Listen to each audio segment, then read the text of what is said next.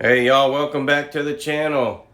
Today I'm going to be smoking two 9-pound pork butts. So I got about 18 pounds I'm going to use to make pulled pork with. I just took them out of the package. And that's what we're looking like right now.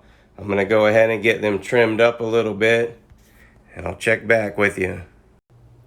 So basically I'm just going to take this fillet knife and trim up as much of this fat, like this vein and this vein and this big old chunk right here. I'm just going to slice it off.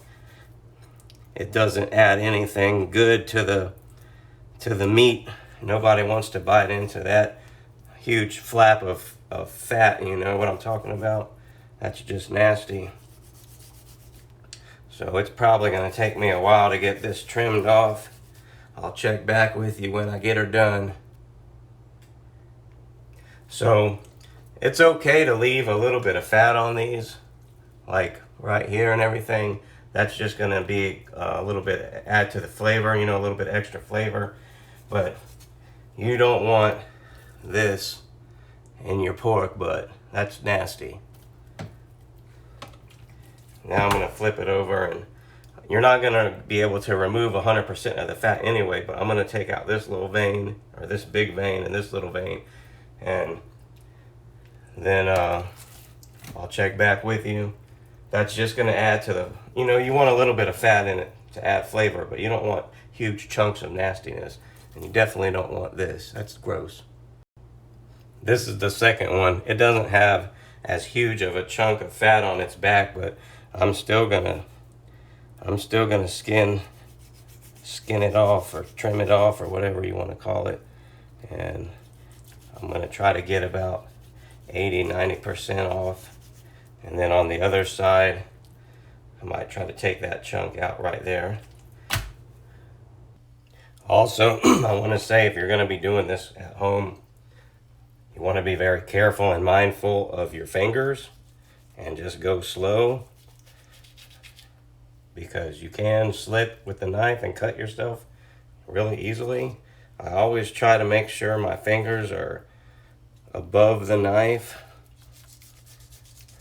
kind of like that. But it's just something to be aware of. And you can just go slow too while you're cutting. There's no hurry, there's no race, you're not being timed. Just take your time, make sure you don't cut your fingers off. As you can see, I've removed about 80%. I don't know, I mean, that's just an estimate, but I removed a lot of the fat, a little bit of chunk here. I got this piece, big chunk of that vein out, a chunk of this vein out. You're not going to be able to get it all, like I was saying earlier, and you want to have some fat in there anyway, because that adds extra flavor. But what you don't want is them big nasty pieces. Now we're going to get these coals ready. Get this chimney chute starting to burn down.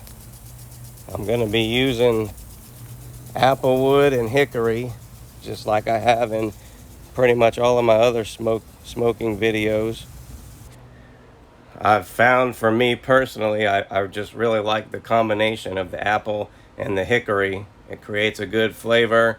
The hickory doesn't overpower it because you're mixing it with apple. You know, I've tried other combinations, like mesquite is really strong. The cherry, it's okay, it's pretty good. But for me personally, I just like that combination. The apple and the hickory does really good on just about everything. So on these pork butts, I'm going to be using, on one of them, I'm going to be using this butt rub. It's really good on pork butts. I've used it before. And then this is my favorite rub. I use it on ribs all the time, but it's good on pork too. So I'm just going to do one of each. We're going to get them seasoned right now. We're going to go fairly liberal. because they're big pieces. They can take a lot of seasoning.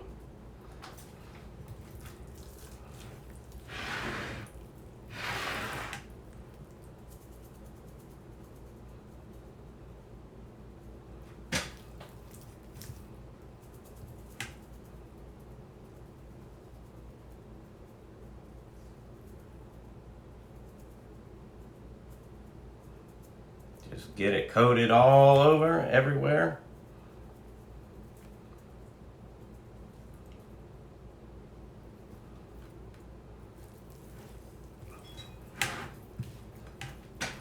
Get some more on this side. It didn't seem like it stuck too well.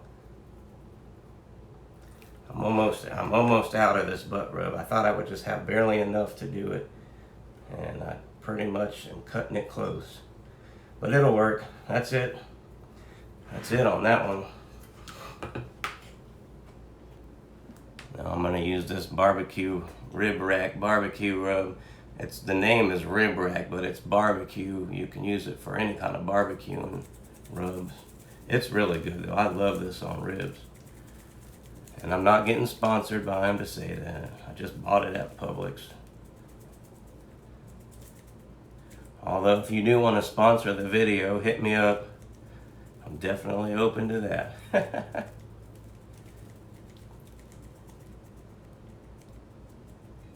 Get a nice coat, thick coat on here.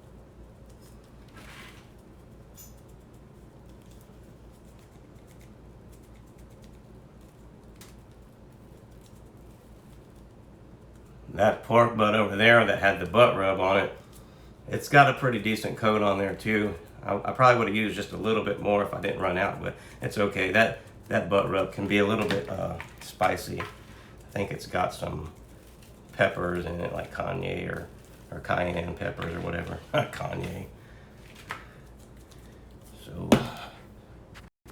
So as of right now, the coals are starting to heat up. You know, I gotta let them burn down and then dump them in the firebox. But while we're doing that, I'm just gonna be letting these pork butts hang out. I'm gonna let them rubs start penetrating into them. They'll probably start sweating too. You'll actually see the meat start to sweat. Those coals will probably be ready in another 20-30 minutes, and I'll be able to put these on.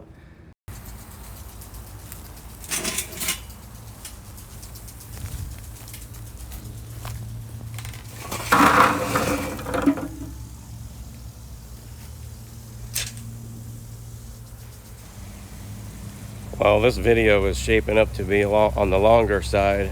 It's already like 9 minutes in, and we just now putting the meat on, but I'm gonna try to keep it under 20 minutes. So like I said, I just put the meat on. There's the 2 pork butts.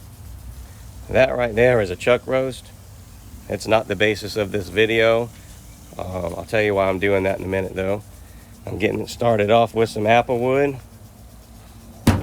When those chunks start catching fire, we'll close her up, and then we'll be off and running.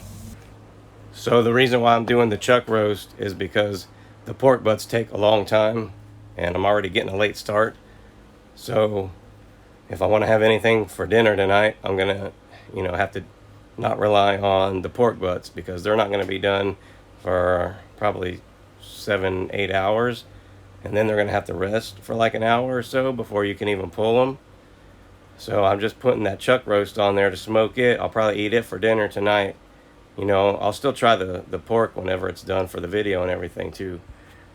But anyway, that's the basis of why the roast is on there. It's a chuck roast.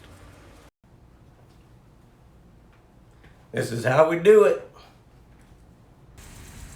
All right, y'all, it's been 2 hours. We're gonna take a look. Just gonna take a quick peek. Oh yeah, they're starting to get some color on them. My plan is, at the moment, to smoke them for 4 hours. Then I'm gonna wrap them in tin foil, put the meat probe in it, and stick them in the oven to finish them off in there. Because you don't want to smoke them more than about 4 hours anyway. Because after that, the smoke will just start to make them taste bitter if you do it too long. So that's how I always do them. Same way I do my ribs, just a little bit different time frame, you know. All right, I'm gonna check back. It's only been 2 hours, but they're starting to look like they're getting some good color on them now. We'll check back in another 2 hours. Okay, guys, it's been almost 4 hours. Those butts got nice color on them. That chuck roast, it's up to 151. I'm gonna let it get to 165, and then I'm gonna wrap it in tin foil and put it in the oven. And then when it's done, I'm gonna be able to take this meat probe out and stick it in here, and I'll be able to get a gauge on the temperature on them pork butts. They're probably not even anywhere close to being done. I know they got a lot of nice color on them, but I'm gonna let them smoke. I know I said like 4 hours, but I'm probably gonna do like another hour, maybe an hour and a half. And then when they get up to like around 165, I'll wrap them and put them in the oven too to finish them off. I'm gonna put me another big chunk of hickory on here. That should be enough to finish it off. Well, guys, it's been about 5 hours now. Let's give her a look-see. It's dark out here. I got my light on. I can't really see that much now because it's so dark. They got a good bark set on them, though. I'm gonna get them wrapped up and put in the oven. So those pork butts are on the smoker for 5 hours. I took them off a little while ago, and I wrapped them in tin foil and put them in the oven. Right now they're just cooking right now in the oven. I got it on 350 because when you take them off the smoker, they let me turn this camera around while I'm talking. When you take them off the smoker and transfer them to the oven, the internal temperatures drop. So I want to get the temperature in, I want to get the cooking process restarted again. So I got them on 350 right now. The internal temperature on them is 158. Whenever that gets up to about 165, 170, I'm going to drop the temperature down in the oven, probably down to like 300. And then the higher the temperature inside the pork butts get, the lower the temperature on the oven. I'm just going to decrease it too. And that's it for now. We'll check back in a little bit. It's probably going to take another couple hours in the oven, and then it's got to sit and rest for like an hour or so before you can even pull it. So it's a long process, but it's going to be worth it in the end. I just pulled those pork butts out of the oven. It's been, as of right now, it's been about 7.5 hours since I started. So like 5 hours on the smoker and about 2.5 in the oven. The temperature on them is up to 199, which is right where I want to get them. Wanted to get them like right around 200. I had the meat probe in the bigger one, so they both should be done. But they're going to have really good smoke flavor on the outside and a nice bark. And then the inside cooked, in the tin foil in the oven. It should still be nice and tender and juicy too. So what I'm going to do right now is just let these pork butts rest. They're probably going to have to rest for at least an hour, hour and a half, maybe longer before you can even like pull them apart and shred them. Because they're going to be so hot, they got to cool down. So it's been 7.5 hours, and another hour and a half, it'll be like 9 hours total. So hopefully by, 9 to 10 hours, we'll be done with the whole process, and we'll be ready to try it. I'm going to get a shot of both of them. I just folded that tin foil back. Get a shot of both of them in the frame for y'all. Man, they smell good. I can tell they're done too. The easiest way you can tell that they're done is the bone in them. If that bone pulls out, whew, it's hot, but that bone is about ready to just pull right out of there. Oh yeah, if that bone pulls out real easy like that, they're done. Them babies just got to cool down and we're good to go. I transferred those babies into some separate containers. I wanted to get them out of that tin foil, but I didn't want to lose the juice either, because when I pull the pork and shred them up, I'm gonna mix it, all that juice in with them, and that moisture is gonna keep the meat nice and juicy. But I wanted to show you too, this bone, I can't really get it out because it's so hot, but I mean, it's ready to fall. It's ready to pull right out. If it wasn't so hot, I could just grab it and do it, but this one over here just came straight out. I mean, it came out easily. When that one cools down for a few minutes, it should just pull right out too. There we go. I put the camera down for a minute so I could use both hands, but that bone just came right out of there. That's how you know they're done. Now it's just a matter of letting them cool down, pulling them, and eating them. My favorite part. Normally on a big piece of meat like that, you wouldn't want to cut into it or pull the bone out too fast before it had rested, like I just pulled these bones out to show y'all, because then you're going to lose a lot of juice. A lot of this juice that's in here right now is juice that was in the tin foil while it was cooking, but I'm not worried about losing the juice anyway, because I got it in these containers, and when I shred it and pull it apart, it's going to get reabsorbed all back into the meat anyway. And while the babies are resting, I'm going to take me a little piece right here and try it out. Let's see how good that is. Look at that bark.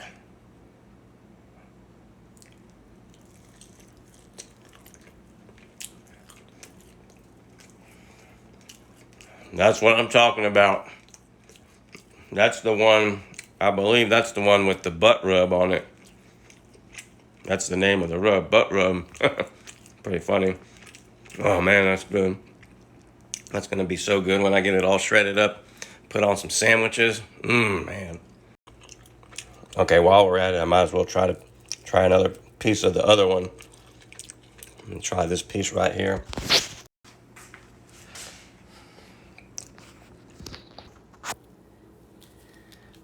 This pork been resting for about a little over an hour, so I'm gonna go ahead and see if it's cooled down enough to pull it. When you're going to pull pork, you want to get you some gloves, non-powder free latex or nitrile gloves. They're not latex, they're nitrile. Just want to get in there. Look how easily that's pulling apart. It's still pretty hot, and the inside kind of burning my fingers through the gloves. Whew, yeah, that's pretty hot still. Well, at least we got it busted open. That'll help cool it down a little bit. I'll go ahead and do this one too. Get that bone. I already threw the bone from the other one away. Just want to get in there and give it a good pull.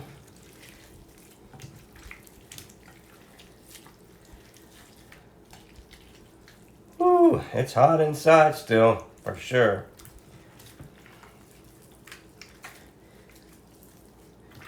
That's how it's done. What I'm gonna do, and then you see like all the juices inside, that's just gonna soak back up into the meat. But I'm gonna let this cool down for a few more minutes now that it's busted open, and then I'm gonna come back and I'll pull the rest of it. And just all you'd really do is just shred it up like that. And you just get in there, and there are some areas with, like, this has a little bit of fat in it, and it's a little bit not tough, but it's kind of like rubbery maybe. But once you get it pulled apart, it all mixes together. You get pieces like that. Ooh, that's hot.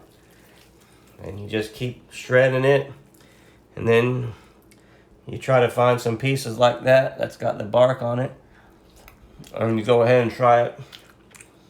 Because it's hard not to eat that. That's the good stuff with the bark on it. Mmm.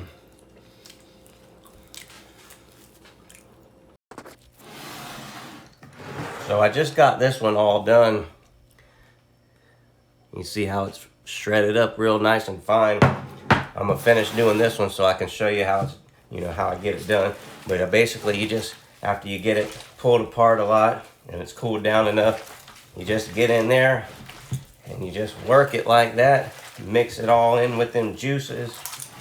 And I just squeeze it and squeeze it and squeeze it. And it just shreds up into like a fine pulled pork. You don't want to overdo it. You don't want to turn it into mush, but that's basically how it's done right there.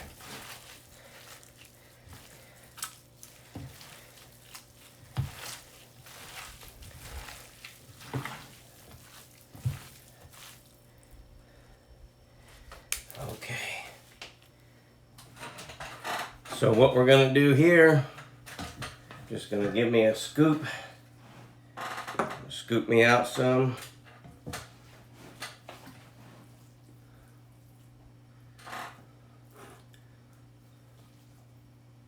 That's nice. That's not a good piece. Now take my favorite barbecue sauce. This is Sonny's Sizzling.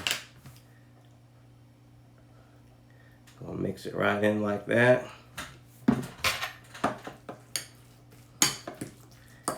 Give it a good stir. Put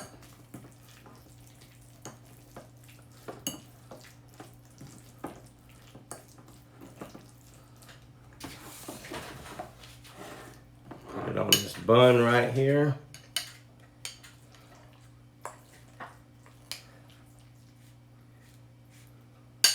Now you can eat it plain without any barbecue sauce, which I like to do. I like to just munch on it sometimes. I'll even, sometimes I'll take it and put it on top of a baked potato too. It's pretty good like that. Now we just got us a nice pulled pork sandwich.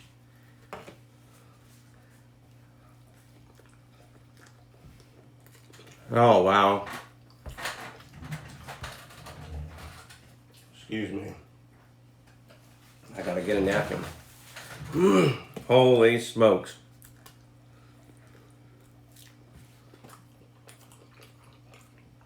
Unbelievable.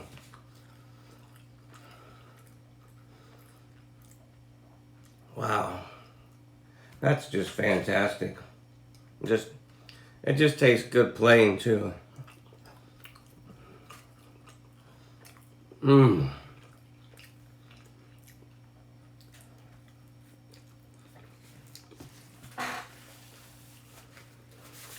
Well, guys, I know this was a longer video, so if you watched this far, thank you very much. Have a good night.